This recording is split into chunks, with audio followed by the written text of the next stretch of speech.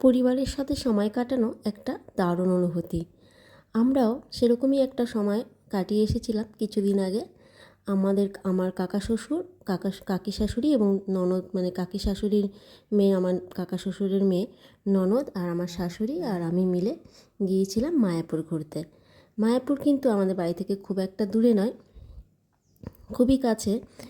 খুবই কাছে বলতে তাও 2 থেকে আড়াই ঘন্টা লাগে। আর যেহেতু খেয়াঘাট পার হতে হয়, তাই জন্য একটু বেশি সময় লাগে, না হলে 1.5 ঘন্টার মধ্যেই চলে যাওয়া যায়। যাই হোক, আমি পম্পা, আমার চ্যানেলে আপনাদের সকলকে স্বাগত। আজকে একটা খুব সুন্দর মায়াপুরের ব্লগ আপনাদের সাথে শেয়ার করব। আর মেন আমাদের উদ্দেশ্য ছিল সন্ধ্যা আরতি দেখা। সন্ধ্যা আরতি দেখব বলেই আমরা একটু বেলা করে বেরিয়েছিলাম বাড়ি থেকে। এই যে দেখছেন যে মন্দিরটা, এটা কিন্তু নতুন মন্দির হচ্ছে, পৃথিবীর সবথেকে উচ্চতম মন্দির ইস্কনের। এখনও মন্দিরটা তৈরি হয়নি, তবে ভেতরে কী কারুকার্য হচ্ছে সেগুলো আপনারা দেখতে পারবেন। টিকিট কাটা ব্যবস্থা আছে। চলুন, যেহেতু আমরা যে সন্ধ্যা আরতি দেখব, তাই জন্য আজকে দেখুন আমরা সন্ধেবেলায় কিন্তু এখানে এসেছি। আমরা বাড়িতে দুপুরবেলা বেরিয়েছিলাম, এখানে আস্তে আস্তে বিকেল হয়ে গেছিলো। তারপর আমরা একটা রুম ভাড়া করে নিয়েছিলাম মন্দিরের কাছেই। আমরা মন্দিরের ভেতরে থাকিনি, মন্দিরের কাছেই রুম ভাড়া নিয়েছিলাম। রুম ভাড়া নিয়েছিল 2200 টাকা। একটা বড় ঘর, 6 জন থাকার মতো, বেশ ভালোই ছিল। যাই হোক, আমি রুমের ভিডিও করিনি, কারণ আমার মেন উদ্দেশ্য ছিল সন্ধ্যা আরতি দেখা। আর এই যে দেখুন, এই মন্দিরে ঢুকেই বাদিকে এই জায়গাটায় 24 ঘন্টা 365 দিনই হরিনাম সংকীর্তন হয়, কখনো হরিনাম বন্ধ হয় না। আপনারা চাইলে এই জায়গায় বসে কিছুক্ষণ হরিনাম শুনতে পারেন। তো আমার এই যে শাশুড়ি মা আর ওখানে আমার কাকি শাশুড়ি, আমি আপনাদেরকে পরে দেখাবো। তা মা আমাকে বলছিল, পম্পা তুমি টিকা পরলে না, বাইরে টিকা পরিয়ে দিচ্ছিল।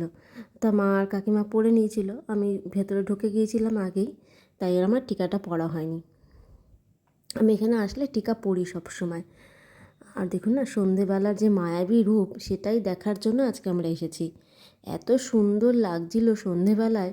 আর এদিকে প্রত্যেকটা দোকানের আলো, আর এদিকে চন্দ্রদায় মন্দিরের আলো, দুটো মিলিয়ে মিশিয়ে আর সন্ধেবেলার একটু আবহাওয়া আলোতে মানে অপূর্ব লাগছিল মন্দিরটা দেখতে।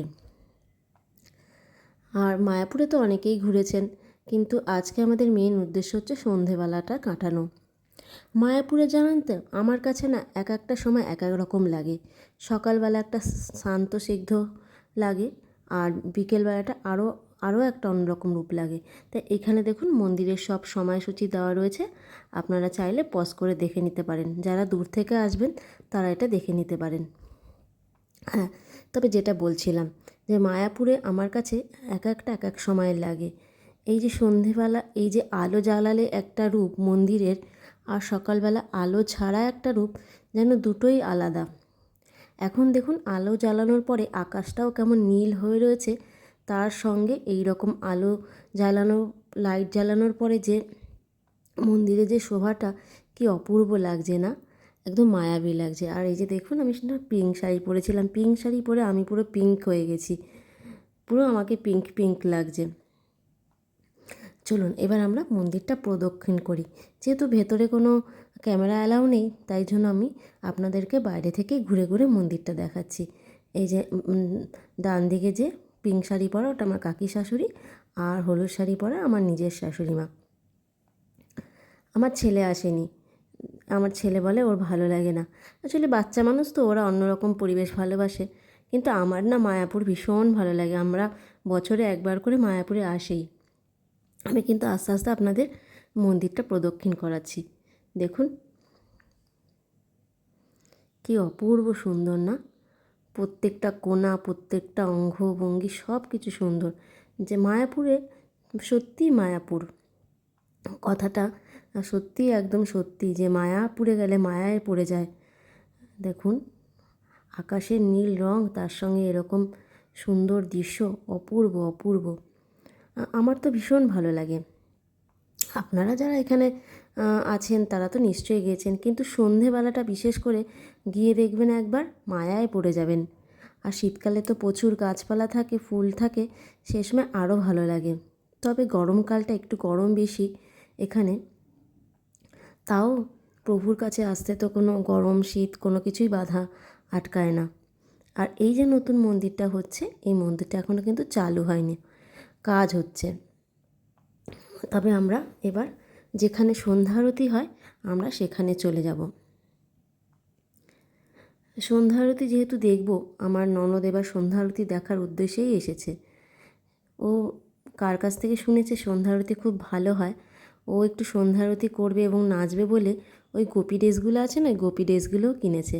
আর এখানে থিয়েটারের মাধ্যমে সব কিছু দেখানো হয়, চাইলে আপনারা দেখতে পারেন, কিন্তু আমাদের হাতে টাইম ছিল না।